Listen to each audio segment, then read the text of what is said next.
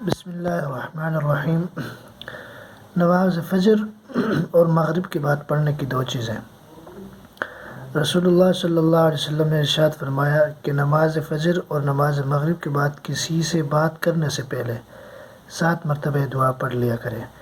اگر اس دن یا رات میں مر جاؤ گے تو تمہارے دوزخ سے ضرور خلاصی ہوگی۔ اللہم اجرنی من النار، اے اللہ مجھے دوزخ سے محفوظ فرما۔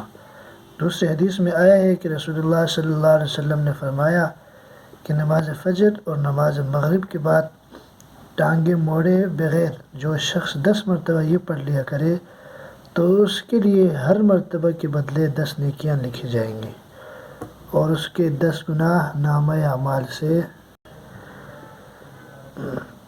مٹا دیے جائیں گے اور اس کے 10 درجے بلند کر دیے جائیں گے، اور ہر بری چیز سے اور شیطان مردود سے محفوظ رہے گا، اور شرک کے سوا کوئی گناہ اسے ہلاک نہ کر سکے گا،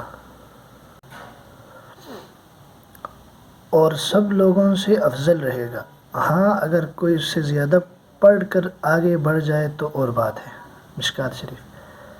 لا الہ الا اللہ وحدہ لا شریک لہ لہ الملک ولہ الحمد بیدہ الخیر یحیی ویمیت وہو علی کل شیء قدیر۔